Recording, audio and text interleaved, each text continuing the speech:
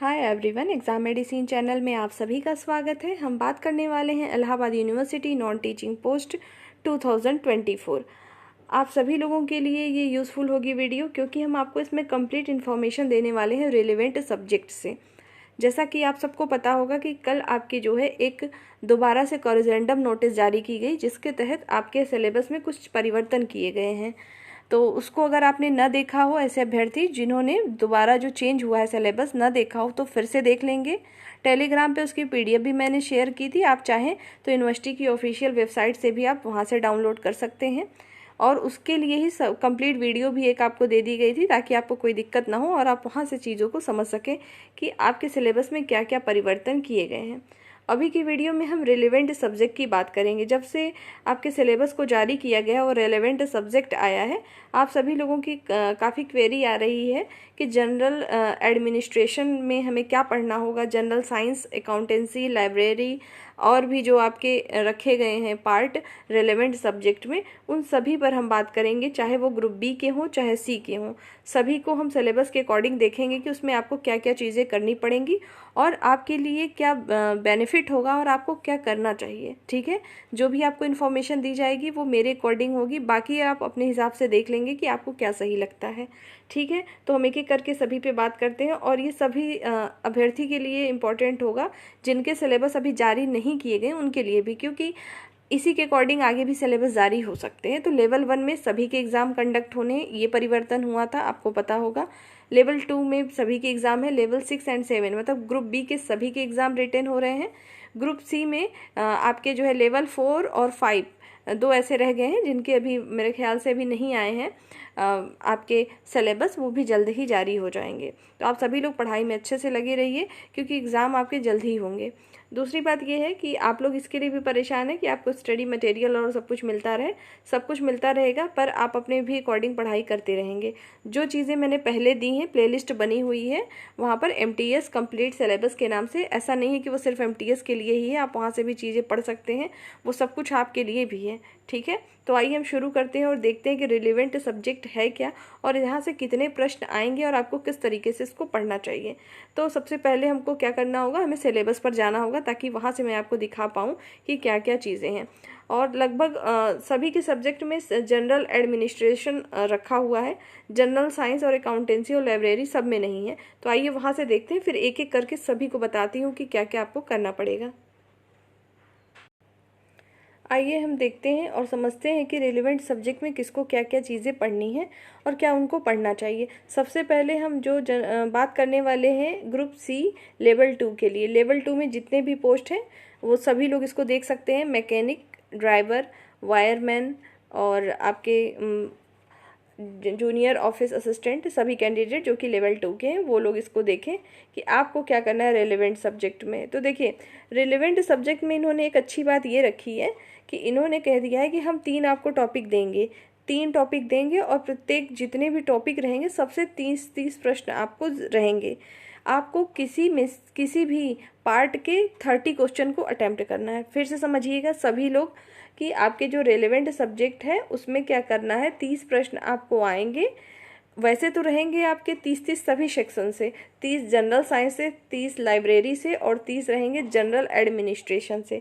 लेकिन आपको किसी एक को अटेम्प्ट करना है। देखिए यहाँ पे लिखा हुआ है ओनली 1 टू बी अटेम्प्टेड।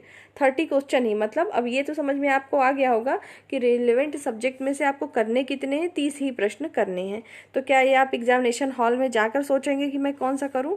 ऐसा नहीं करना है, क्योंकि आप कोई ग्रेजुएशन का पेपर नहीं दे रहे हैं कि किसी खंड से हमको आएगा या किसी सेक्शन से आएगा हम उसको अटेम्प्ट करेंगे। ऐसे नहीं होता, ये आपका कंपटीशन का एग्ज़ाम है। तो आपको पहले से माइंडसेट अपना बनाना है कि हमें क्या करना है। तो मेरे अकॉर्डिंग, जैसा कि मैंने कहा आपको, कि आप सभी लोगों को जो कि लेवल 2 के अभ्यर्थी हैं, आपको जनरल साइंस ही करना है। इसलिए क्यों करना है, क्योंकि अगर आप चाहते हैं कि आपके अच्छे नंबर आएँ तो जनरल साइंस को ही सेलेक्ट करिए। क्योंकि लाइब्रेरी के बारे में हर एक अभ्यर्थी को नहीं पता होता, जनरल एडमिनिस्ट्रेशन में भी सबको सब कुछ नहीं पता होता। लेकिन जनरल साइंस, जब आपको ऑप्शन मिला है अच्छा, तो आप जनरल साइंस को ही चूज़ करिए, उसी को सेलेक्ट करिए और इसको ही करिए। जनरल साइंस, कुछ कैंडिडेट ये पूछ रहे थे किस लेवल का। लेवल 2 में जो है इंटरमीडिएट स्टैंडर्ड के जो है आपसे पूछे जाएंगे। इंटरमीडिएट स्टैंडर्ड क्या हुआ, जो कि आपके वनडे एग्ज़ाम, कॉम्पिटिटिव एग्ज़ाम होते हैं, उसी में जो जनरल साइंस आती है उसी से रिलेटेड, और आपको जनरल साइंस के जो प्रीवियस ईयर के क्वेश्चन आते हैं विभिन्न परीक्षाओं में उसको ज़्यादा पढ़िए, उसी से आपको प्रश्न देखने को भी मिलेंगे। चैनल के माध्यम से आपको दिया जाएगा। पहले देखेंगे जो रेलवे के एग्ज़ाम हुआ करते थे उसमें सिर्फ आपको ज़्यादातर साइंस का वेटेज होता था, जिसमें टेक्नीशियन के पद होते थे, आपको वो चीज़ें वहाँ से मिलेंगी। मैं भी आपको दूंगी, इसके लिए परेशान ना हो आप अपने स्तर से पढ़िए और मेरे अकॉर्डिंग भी जो दे रहे हैं उसको भी पढ़िएगा। तो ये क्लियर हो गया होगा कि आपको क्या करना है, जनरल साइंस ही करना है। जनरल साइंस में सामान्य विज्ञान में तीनों विज्ञान आ जाएंगे। कौन कौन से? रसायन विज्ञान, जीव विज्ञान और भौतिक विज्ञान, मतलब फिजिक्स, केमिस्ट्री और बायो, तीनों आपके शामिल होंगे। तीनों को आप अच्छे से पढ़िए, इंटर लेवल तक का पढ़िए। लूसेंट अगर है तो काफ़ी है आपके लिए, लेकिन जान लीजिए ये ऑब्जेक्टिव फॉर्म में आएगा, तो डिस्क्रिप्टिव आप वहाँ से पढ़ना हो तो पढ़िए और कोशिश करिए कि रिपीटेड क्वेश्चन को आप करना शुरू करिए। ठीक, ये चीज़ आपको करनी है। लेकिन अब हम बात कर दें कि कुछ ऐसे अभ्यर्थी भी होंगे जो कि ये सोच रहे होंगे नहीं हम तो जनरल साइंस करेंगे ही नहीं, हमको तो सिर्फ लाइब्रेरी करना है या तो जनरल एडमिनिस्ट्रेशन करना है। तो सभी लोग ये सुन लें कि जनरल एडमिनिस्ट्रेशन में और लाइब्रेरी में कुछ इसके फिक्स टॉपिक होंगे और इन्होंने कोई सब टॉपिक नहीं दिया है। सब टॉपिक आप सेंस से समझिए। जैसे हमने आपको बता दिया जनरल साइंस में कि क्या क्या चीज़ें आती हैं, तीनों साइंस आएंगे और तीनों साइंस के आपको चैप्टर, तीनों साइंस के सब कुछ पता है। लेकिन क्या किसी को लाइब्रेरी का पता है या जनरल एडमिनिस्ट्रेशन का नहीं पता है? आप लोग ये पूछ रहे थे कि जनरल एडमिनिस्ट्रेशन में क्या पढ़ना होता है। देखिए, एक तरीके से जनरल एडमिनिस्ट्रेशन का मतलब ही होता है कि आपको आप इसको कह सकते हैं कि सामान्य प्रशासन से संबंधित चीज़ें। ये होता क्या है इसके बारे में अभी मैं आपको बता रही हूँ। जैसे मान लीजिए आप कहीं पर भी काम करते, एक होता है आपका एडमिनिस्ट्रेटर जो कि वो काम करता है। एडमिनिस्ट्रेशन जो आपके प्रशासन के तहत काम होते हैं, वहाँ के रूल्स रेगुलेशन होते हैं। इसी को प्रीवियस ईयर में इन्होंने जो है रिलेवेंट सब्जेक्ट में पूरी अपनी यूनिवर्सिटी एक्ट रखा हुआ था। इसी में noting, drafting, office rules, substitutes, मतलब किस तरीके से रूल्स रेगुलेशन से काम होते हैं, हर एक चीज़ आपके जनरल एडमिनिस्ट्रेशन में शामिल होते हैं। तो जनरल एडमिनिस्ट्रेशन की बात करें तो इसमें आपके कई टॉपिक आ जाएंगे और ये कोई फिक्स नहीं है। ऐसा फिक्स क्यों नहीं है? क्योंकि ना ही इन्होंने दिया है ना ही किसी को पता है कि जनरल एडमिनिस्ट्रेशन के लिए क्या हमें पढ़ना है। लेकिन हम इसको एक अपने अंदाजे से, अंदाजा का मतलब ये है कि जहाँ जहाँ जिस तरीके से प्रश्न पूछे जाते हैं उसके हिसाब से कर सकते हैं। जैसे कि यूनिवर्सिटी जो होती है, चाहे आप एक छोटा सा ऑर्गेनाइजेशन का एग्जांपल लीजिए, आप एक कोई ऑर्गेनाइजेशन खोल लीजिए या एक छोटी सी ऑफिस आप खोलते हैं, वहाँ पे 4-5 मेंबर रखेंगे, वर्कर्स होंगे, उसके भी लेवल स्टैंडर्ड होंगे, मतलब ग्रुप सी लेवल का कोई होगा, ग्रुप बी का होगा, ग्रुप ए का होगा। तो मेन अकॉर्डिंग टू देखा जाए एडमिनिस्ट्रेटर, तो पूरा प्रशासन किस तरीके से काम करेगा, सबके वेतन कैसे मिलेंगे, सबके एक रूल होते हैं, उस रूल के अकॉर्डिंग काम हो रहा है, तो यही सब आपके एडमिनिस्ट्रेशन में आता है। तो आपको इसको पढ़ने के लिए आपको अपना कॉमन सेंस भी अप्लाई करना पड़ेगा, जो आपके वहाँ पे क्वेश्चन आएंगे। प्रीवियस ईयर में कुछ क्वेश्चन ऐसे आए थे, ठीक है, तो लेकिन वहाँ पर अलग से जनरल एडमिनिस्ट्रेशन टॉपिक नहीं था, लेकिन रिलेवेंट सब्जेक्ट्स में था वो। तो आप ये समझ लीजिए कि जनरल एडमिनिस्ट्रेशन के लिए कोई भी आपको ये फिक्स नहीं बताएगा कि ये टॉपिक है, आप इसको पढ़ लीजिए, क्योंकि यहाँ ऐसा कैसा लिखा नहीं है। लेकिन हाँ, हम एक जनरल वे में समझ सकते हैं। हमारे क्वेश्चन जो होंगे थोड़े से आपके, जैसे मैंने बोला ना कि आपके कॉमन सेंस पर भी डिपेंड करेंगे कि किस तरीके से चीज़ें वहाँ पूछी जा रही हैं। जैसे आपके कोई अधिकारी हैं, आपको जिसके अंडर में आप वर्क कर रहे हैं, आपको अगर मान लीजिए आप जूनियर ऑफिस असिस्टेंट के पद पर हैं, आपको नोटिंग करने को आई, ड्राफ्टिंग करने को आई, मतलब आपको बनाना पड़ता है वो, तो आप किस वे में लिख रहे हैं, आपका लैंग्वेज क्या है, किस तरीके से आप अपने बिहेवियर रखते हैं सीनियर्स के प्रति, किस तरीके से रूल फॉलो होता है। जो भी कोई भी ऑर्गेनाइजेशन होता है या कोई भी एडमिनिस्ट्रेशन है, कुछ भी है, वहाँ पे हर एक जगह पे एक रूल्स होते हैं। और जो यूनिवर्सिटी है तो सेंट्रल की यूनिवर्सिटी है, तो यहाँ पर भी अपने नियम कायदे कानून है।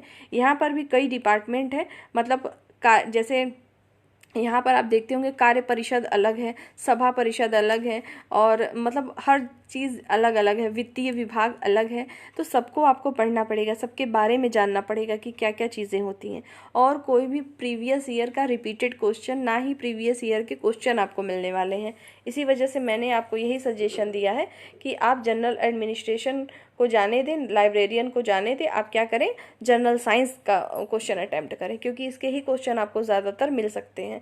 बाकी आपकी स्वयं की इच्छा है, अगर आप करना चाहें तो कुछ भी कर सकते हैं। और जिनको ऑप्शन नहीं मिल रहा है उनकी बात और है, और जिनको मिल रहा है उनको करना चाहिए जनरल साइंस। ये रही लेवल 2 के लिए। आगे हम बात कर लेते हैं लेवल 1 में। लेवल 1 में जो है आपके रिलेवेंट सब्जेक्ट अलग से कुछ भी नहीं रखा गया है।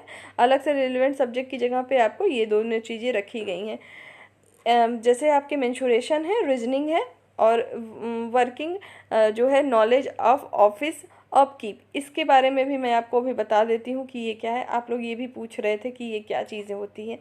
देखिए, आपके जब नोटिफिकेशन जारी किया गया है तो एमटीएस के लिए वर्किंग को बताया गया है। अपकीप का मतलब ये होता है कि वर्किंग नॉलेज, जो आप जिस पद के लिए जा रहे हैं आपको उसका मेंटेनेंस कैसे करना है, कैसे रख रखाव करना है, कैसे क्लीनिंग करनी है, डस्टिंग करनी है, लॉन्स में किस तरीके से चीज़ें करनी है, इंस्ट्रूमेंट के मेंटेनेंस, हार्डवेयर पार्ट के मेंटेनेंस, ये सब चीज़ें आपकी इसमें आ जाएंगी। ठीक है, यही चीज़ है, और ये चीज़ें आपके विज्ञापन में भी लिखी हुई हैं, आप चाहें तो वहाँ से पढ़ सकते हैं। ठीक, तो इसमें परेशान होने की कोई आवश्यकता नहीं है, इसको भी आपको बता दिया जाएगा। अब हम बात कर लेते हैं ग्रुप बी। ग्रुप बी में लेवल 6 और 7 के अभ्यर्थियों के लिए जो रिलेवेंट सब्जेक्ट रखा गया है, देखिए यहाँ पे लिखा हुआ है रिलेवेंट सब्जेक्ट फॉर सर्विस। ठीक, यहाँ लिखा है ओनली 1 टू बी अटेम्प्टेड, इसमें भी केवल अटेम्प्ट एक ही करना है। तो अब यहाँ पर देखिए लेवल 2 की बात करें तो उनके लिए जनरल साइंस ऑप्शन था, उनको जनरल साइंस करना चाहिए। और यहाँ पर हम बात कर लें आपको क्या करना चाहिए, ऐसे अभ्यर्थी जिन्होंने ग्रेजुएशन किया है अकाउंटेंसी से, कॉमर्स से हैं, मतलब आपने बीकॉम या कुछ ऐसे सब्जेक्ट से किया है पढ़ाई, तो आपकी नो डाउट कि आपका ये अच्छा होगा अकाउंट का जो एरिया होता है, तो आप उसको करिए अटैम्प्ट। लाइब्रेरी से अगर आपने डिप्लोमा कर रखा है या लाइब्रेरी साइंस से आपने पढ़ाई की है, आपने फॉर्म भरा होगा अगर इसमें किसी भी पद के लिए, तो आपको वही करना चाहिए। जनरल एडमिनिस्ट्रेशन में उन अभ्यर्थियों को आना चाहिए जो ये दोनों नहीं जानते हैं, तो आप जनरल एडमिनिस्ट्रेशन के क्वेश्चन को अटैम्प्ट कर सकते हैं। और जनरल एडमिनिस्ट्रेशन में क्या क्या चीज़ें आएंगी मैंने अभी बताया, आप सुने भी होंगे कि क्या क्या चीज़ें हैं। ठीक है, तो इसी तरीके की चीज़ें जो है जनरल एडमिनिस्ट्रेशन में रखी जाती है। अगर जनरल एडमिनिस्ट्रेशन की बात करें तो आपको मैं कुछ चीज़ें और भी दिखा देती हूँ। देखिए, जनरल एडमिनिस्ट्रेशन की बात करें तो सामान्य प्रशासन उसकी मेन हिंदी मीनिंग होती है। जैसा कि मैंने आपको बताया कि किसी व्यवसाय के भीतर प्रशासन और कानूनी विभाग कई अलग अलग स्तरों पर एक साथ मिलकर काम करते हैं। जो मैंने आपको पहले ही एक्सप्लेन कर दिया वही चीज़ यहाँ लिखी हुई है कि कोई व्यवसाय का मतलब है कोई भी ऑर्गेनाइजेशन हो सकता है। जैसे आप यूनिवर्सिटी में जा रहे हैं तो उसी को ध्यान में रखते हुए चीज़ें आपसे पूछी जाएंगी। तो सामान्य प्रशासन व्यवसाय की समग्र संरचना को व्यवस्थित करने में मदद करने के लिए काम करते हैं।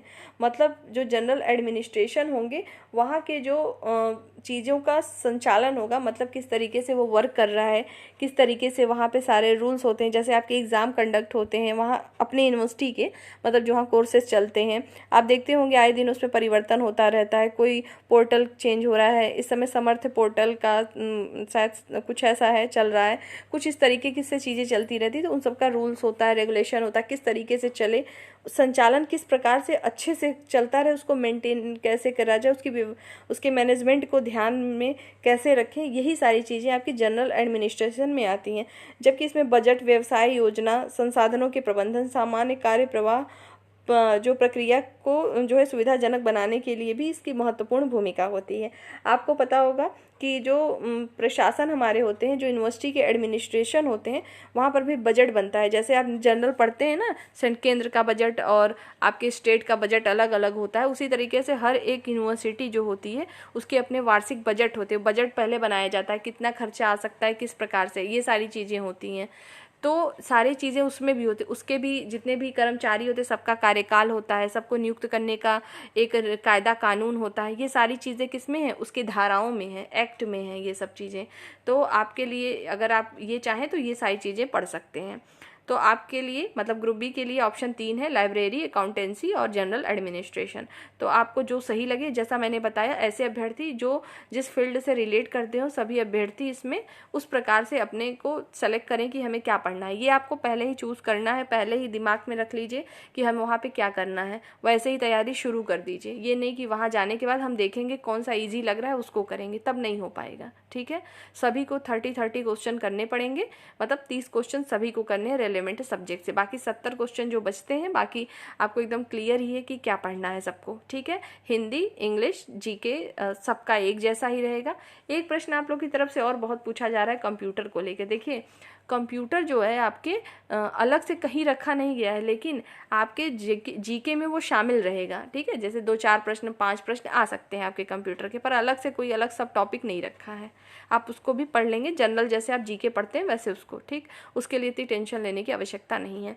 और जो आपके लेवल 1 में जो प्रश्न पूछे गए थे उसके लिए मैं बता दूं कि जो आपको अप कीपिंग के लिए बोला है, वर्किंग नॉलेज के लिए बोला है, उसके लिए दिखाती हूँ आपको कि आपके विज्ञापन में क्या लिखा हुआ है। आप स्क्रीन पे देखिए, जब ये आपका विज्ञापन आया था तो इस प्रकार से चीज़ें यहाँ पर पहले ही मेंशन की गई थी। इसको मैंने उस समय भी बताया था। ये देखिए क्या लिखा हुआ है कि skill requirement would have to perform following job. जो आपकी एमटीएस जॉब है उससे क्या क्या चीज़ें आपसे उम्मीद की जा रही है कि आपको पता होना चाहिए, आपके पास स्किल होना चाहिए। जैसे देखिए physical maintenance of records in the section where there are placed, मतलब जो भी रिकॉर्ड्स का मतलब आप समझ रहे होंगे जो फाइल की मेंटेनेंस है। वैसे तो हर कुछ अब मैनुअल काफ़ी कम हो गया है, मतलब फाइलों में चीज़ें कम हो गई हैं, लेकिन फिर भी बहुत सारी चीज़ें होती हैं जो कि होती हैं। उसकी मेंटेनेंस कैसे करना है, उसके रिकॉर्ड्स को आपको कैसे संभाल के रखना है, ये सारी चीज़ें वर्किंग नॉलेज में। तो ये सब क्वेश्चन आपके कॉमन सेंस पे डिपेंड करेंगे कि आप कितना अच्छा सोच रहे हैं विकल्प के अनुसार और आप आंसर कर रहे हैं, ठीक है। और किस प्रकार से आपको और भी चीज़ें हैं इसमें दी थी। देखिए opening of classroom, office, cleaning, dusting and upkeep of furnitures, और सेक्शन, बिल्डिंग डिपार्टमेंट, मतलब जितने भी वहाँ पे सेक्शन होंगे, डिपार्टमेंट। देखिए मल्टीटास्किंग, MTS, मल्टीटास्किंग का मतलब है कि आपको हर एक तरीके के काम आने चाहिए, ठीक है। वही कोई आपकी फिक्स जॉब नहीं होती है। आपको अपने अधिकारी के साथ, मतलब आपके जो सीनियर्स होंगे उनके साथ भी काम करना पड़ सकता है, कुछ भी आपको वर्क दिए जा सकते हैं। तो हर एक चीज़ आपके लिए शामिल होती है, तो हर चीज़ की नॉलेज होनी चाहिए। कैरिंग फाइल्स एंड अदर डाक, जैसे पेपर, डॉक्यूमेंट्स, ठीक है। ये सारी चीज़ें आपको पता होनी चाहिए, किस तरीके से रखना है क्या नहीं। तो ये सब चीज़ें आपको कहीं प्रीवियस ईयर में कुछ ऐसा मिलने वाला नहीं है। आपको क्या करना है, अपने अकॉर्डिंग कॉमन सेंस से क्वेश्चन करना है। तो इसके लिए आप निश्चिंत रहें, ये आप कर लेंगे। 5-6 प्रश्न आएंगे इस पे से। और एक बात और सभी के लिए मैं बता दूं कि आप लोगों को एक चीज़ और बतानी थी कि जो रिलेवेंट सब्जेक्ट को कहें, या तो जितने टॉपिक इसमें दिए गए सिलेबस में, जैसे हिंदी के 15 कह दिया, इंग्लिश के 15, एग्ज़ाम में ये कोई ज़रूरी नहीं होता है कि सभी प्रश्न जितने लिखे हैं कि हम 15 इंग्लिश के देंगे, 15 हिंदी से देंगे तो आएगा, ऐसा नहीं होता। रहेंगे 100 क्वेश्चन, लेकिन ऊपर नीचे हो जाता है। पिछली बार भी ऐसा ही था, दिया ज़रूर था पर आया नहीं था ऐसा। तो ये भी मान सकते हैं कि आ भी सकता है और नहीं भी, ठीक है। कि आप ये मान के चलेंगे चलो मेरे 15 हिंदी तो हो ही जाएंगे, इंग्लिश तो 15 हो ही जाएंगे से मतलब नहीं है, वहाँ बदल भी सकता है, ठीक। तो मैं जो बात है वो क्लियर बता रही हूँ। ऐसा हुआ था पिछली बार, पेपर में लिखा ज़रूर था रेलेवेंट सब्जेक्ट कि आपके 30 आएंगे, और आया कितना था, 5 प्रश्न आए थे। तो इसीलिए कहना मेरा ये है कि आप लोग पूरी अच्छे से ईमानदारी से जितने सिलेबस दिए पढ़िए वैसे ही, लेकिन ये मत सोचिएगा कि जैसे मान लीजिए कोई अभ्यर्थी होंगे, मान लो इंग्लिश मीडियम का कोई अभ्यर्थी है, उसको लगता है कि मेरी हिंदी अच्छी नहीं है, तो उसने कहा कि चलो मैं क्विट कर देता हूँ, उसको छोड़ देंगे 15। और क्या, मान लीजिए 15 के 15 हिंदी आ गई तो आपको कोई सेक्शन छोड़ के तैयारी नहीं करनी, करना सब कुछ है। बस इतना कर सकते हैं, जो थोड़ा सा बहुत ज़्यादा टफ लगता है उसमें ज़्यादा से ज़्यादा कोशिश करिए कि कम से कम जहाँ 20 आ रहे हैं क्वेश्चन, वहाँ हम कम से कम 15 तो कर ही ले जाएँ। इतना करना है आपको। तो बराबर मेहनत सब पे करनी है। और किसी की हिंदी बहुत अच्छी होगी तो उसे लगता है मुझे हिंदी तो आती, हो जाएगा, हो जाने से मतलब नहीं है। पढ़ना सब कुछ है, किसी को हल्के में नहीं लेना है, ना ही बहुत किसी को एकदम बना लेना है कि बहुत टफ है मुझसे नहीं होगा, सब कुछ होगा, आप करिए तो, ठीक है। और ऐसे अभ्यर्थी जो कि ये परेशान है कि मेंशुरेशन नहीं होना चाहिए था, मतलब मैथ्स के सब्जेक्ट नहीं डालने चाहिए थे एमटीएस में, तो क्या करेंगे, अब आपको तो है ही दिया गया है। तो देखिए मेंशुरेशन इतना कठिन नहीं होता, आप लोग एक बार जो वीडियो मैंने दी है पढ़िए, फार्मूले बेस्ड होते हैं। टोटल फार्मूला अच्छे से याद कर लीजिए। आपके देख लीजिएगा 15 या 10 क्वेश्चन जो भी आएंगे उसमें से आप 8 से 9 क्वेश्चन कर लेंगे, उसी से बेस्ड होते हैं। और वो कक्षा मतलब स्टैंडर्ड जो 9th का होता है उसका, ठीक है। तो उसमें परेशान नहीं होना है, वो हो जाएगा, ठीक। मैथ से डरना नहीं कि मैथ ही मैथ है, कैसे होगा, कुछ नहीं है वो, ठीक। तो आप लोग तो इतने बड़े बड़े एग्ज़ाम दे लेते हैं, तो ये कुछ भी नहीं है। एग्ज़ाम अच्छे से दें आप सभी लोग। बाकी मुझे लगता है कि रिलेवेंट सब्जेक्ट की समस्या आपकी सॉल्व हो गई होगी। इसके अलावा आपकी कोई क्वेरी हो तो कमेंट सेक्शन में पूछिएगा। आपको जो है बता दिया जाएगा। बाकी आपको टॉपिक वाइज सिलेबस जो है मिलते रहेंगे। एक बात और है कि जैसे मान लीजिए मैंने आपको हिंदी के लिए कोई टॉपिक दी, इंग्लिश के लिए कोई टॉपिक दी, तो वो सबके लिए सामान होगा। अगर मान लीजिए कोई अभ्यर्थी ऐसा है मल्टीपल फॉर्म भरे हैं, तो आप एक ही पढ़िए ताकि आपका सभी काम हो जाए, ठीक है ना। ऐसा कुछ अलग नहीं होता कि मैं हाई स्कूल का ही पढ़ूंगा तभी मुझे आएगा, नहीं, आपको सब पढ़ना है जो आपको दिया जाएगा। तो इस वीडियो में सिर्फ आपको यही जानकारी देनी थी। नेक्स्ट वीडियो में हम जल्द फिर मिलेंगे। जय हिंद।